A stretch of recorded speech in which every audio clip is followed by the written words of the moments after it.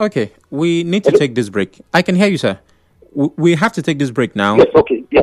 After that, we keep talking. Please stay with us.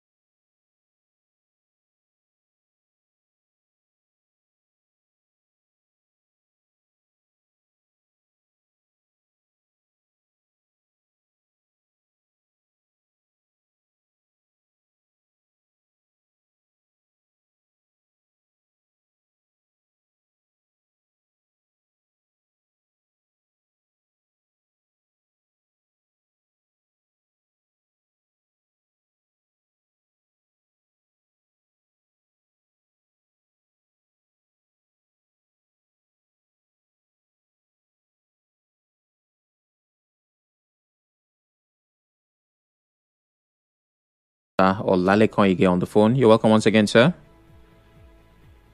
Yes, thank you, Sam, for having me. Okay. So, the question is, are the calls for the sack of service chiefs justified? And, of course, we had conversations leading to this point. Now, Mr. Ige, we know that there are specific situations where the president has to give a directive depending on the nature of the insecurity. Do the service chiefs take the initiative, or do they have to wait for the president, depending, of course, on the situation? And in those cases, would it be right to blame them? Well, by the configuration of the offices all these people occupy. So we are talking right from the Office of the National Security Advisor, the Office of the Chief of Defense Staff, the Chief of Army Staff, the Chief of Air Staff, the Chief of Naval Staff, and of course the Inspector General of Police. By the configuration of their respective offices, they don't need to wait for the president to carry out their assigned responsibilities. Remember, more than often not, these responsibilities are assigned to them, by the president, who is the commander-in-chief of the armed forces. I think with the exception of the Inspector General of Police, who has clearly stated and defined rules in the Police Act, the service chiefs, more than often not, respond on the dictates of the president and commander-in-chief, or as directed by the chief of defense staff, or as they requested by the police IG whenever they require their services. So they do not need to wait, for Mr. President to carry out their constitutional and assigned, responsibilities. More than often, when the president calls service chief, it is just to re-emphasize that he is not happy with what is happening, and I think that in appointing them, he thought they were fit and proper to occupy those positions. And from what he's hearing, it looks as if they are not up to the scratch. So he needs to remind them. Naturally, when warnings come like this, it's like a wake-up call. The next time, you may just hear that the service chiefs are being sacked, by the president and they are replaced, because it's not every time that the president will call you. He will call you the first to give you a warning and to wake you up and say, look, I'll give you this responsibilities because I think you are competent, and if you think you cannot work, then I know what to do. So after such a meeting, maybe once or twice, the next time, he may as well be changing the service chiefs. Okay, finally, Mr. Ige, what exactly is the responsibility of the National Security Advisor? The National Security Advisor, because he is a personal appointee of the president, his key responsibility is to ensure that he is able to warehouse all of the information he's getting from the police, from the Nigeria Intelligence Agency, from the director of the DSS, from Army, from all of the, paramilitary setups. His job is to warehouse all of the information he has, and he can be able to quickly, that's the right one now, quickly reach the president on matters that deserve urgent, attention. That's his core responsibility. Coordinate all of these people, warehouse all the information they have, supply it to the president at the shortest notice, as quickly as possible, get the response of the president, and direct all these other people to take, action immediately. That's just his core responsibility. Ensure that national assets, are well protected via the so he has an office that coordinates all of these things, put them together in a warehouse, and then ships it to Mr. President to look at. So now that we are managing, I use that because most times we deploy the doctrine of necessity, where the police is overwhelmed, let soldiers come and help, or in a situation where the army cannot handle it alone. So the fact that we have to now make the most of what we have, how exactly is that translating in the fight against insecurity? And should that not also make a case for the service chiefs that they are making the best what they have? Well, you are trying to encapsulate. What is off. If we are to fight insecurity, first things first is that Are we spending sufficient money to fight insecurity? That's question one. Okay. Question two is, okay, even if we have all of the money we need, must it always be a direct confrontation? Are there other underlying factors that we also need to address? Maybe to solve the insecurity problem and not just be via combat, via direct confrontation. There are underlying factors that are giving rise, to this insecurity. So look at the problem in Benue. Look at the problem in State, for example. You already know that this has been an age-long battle between people that are settlers and the indigents. Benue people said, look, we are not even against ranching, right? But come and pay for land and ranch your cows so that we can keep track of whatever it is happening.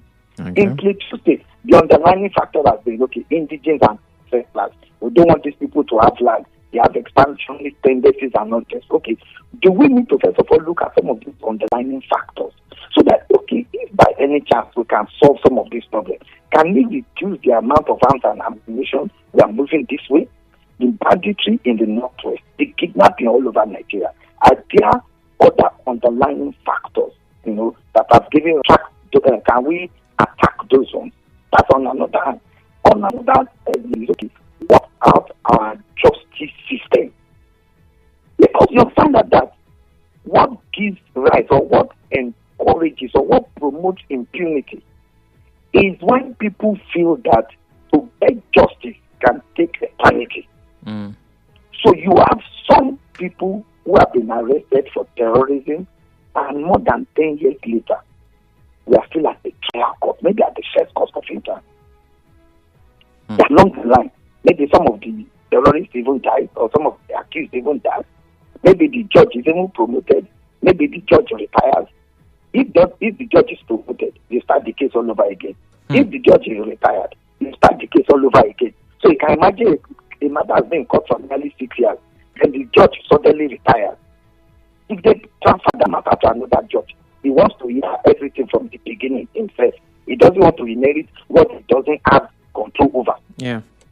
So if you are looking at the entire gamut of trying to resolve insecurity, it is not a one-size-fits-all. We need multiple approach. And let us be sincere. We are not spending sufficient money on security in Nigeria. Standard practice that can be researched in many ways is that for a country like Nigeria, we should be spending nothing less than 20 to 25% of our GDP on security. What's Nigeria's GDP? Between 400 and 500 billion. So just imagine 10%, just 10% or 20% of 400 billion is 80 billion. Convert that to Naira. Are we spending up to that amount of money on security? Okay. And when we are talking about security, it's not just about arms and ammunition. Do we have a national crime database? Fortunately for us, at least now we can wear out all of the fingerprints of Nigerians, especially for those who have national identity number, for those who have BVN. But there are still millions of Nigerians who are still not captured. So that can we have a national crime data center where we have the fingerprints of everybody? How quickly are we able to investigate things and prosecute people? More than often not, we just arrest suspects, take them to court, then we tell the judge that they are still making investigation. Judge, please, let us keep them in the awaiting trial. So even when you go to our prison system, a sizable population of suspects in prison are awaiting trial. Some have been awaiting trial for 10 years. Some have been awaiting trial for 15 good years, and the matter has not even started, yet they are in prison. Okay. You see why? I said we need a lot of facts. We must fundamentally change our justice system, because if you arrest somebody and the person gets justice quickly, he may have a way of deterring order. Yeah. But if somebody tells you that the last time they arrested 10 years ago, after the matter is still in court, the man is tempted to say, well, even if they arrest me, at least I might be in court for another 20 years. Okay. You understand? So it's not a one-size-fits-all thing. We need a whole lot. We need enormous resources, financial and human, to improve our security architecture. What kind of insurance policy do we even have for these men who sacrifice their lives, or some of us to be able to sleep with our two eyes closed? You've had situations where policemen die in the line of duty, where soldiers die in the line of duty. I'm sure you just go and stand and interview the next of kin or the relatives of some of these people. How quickly were they able to get what was due their families after these people died? Just find out. You'll be shocked. Okay, probably 5 years, 4 years, 10 years later, some people are still trying to pursue the benefits that is due them. That's on one hand, though, so that we don't blame all the government all the time. What of the security personnel people? You will be shocked that some of them don't even know who they make their next of kin. Or more than often, some who are married don't even make their wives next of kin. Let me say, some make a different person completely. We're out of time. Next of kin. So, I guess the simple answer to the question is yes. Nigerians are very much justified for calling for the sack of service chiefs if and when they feel that security is not working according to plan. Thank you very much, Mr. Ige, for your time. It's always wonderful doing this with you. Thank you very much. Have yourself a wonderful day, sir. Yes, and you too, please. Okay. Well, there you have it. Conversations that border on security. And I dare say it's one of the most important parts of human life. Because if you're not secure, well, there's no point living. There just might be no life to live. A program comes up now. After that, we'll have the major news coming up at the top of the hour. And of course, it's open season. Stay with us. Nigeria Info. The hub for information, Current affairs and more. The president used his last Democracy Day address to talk about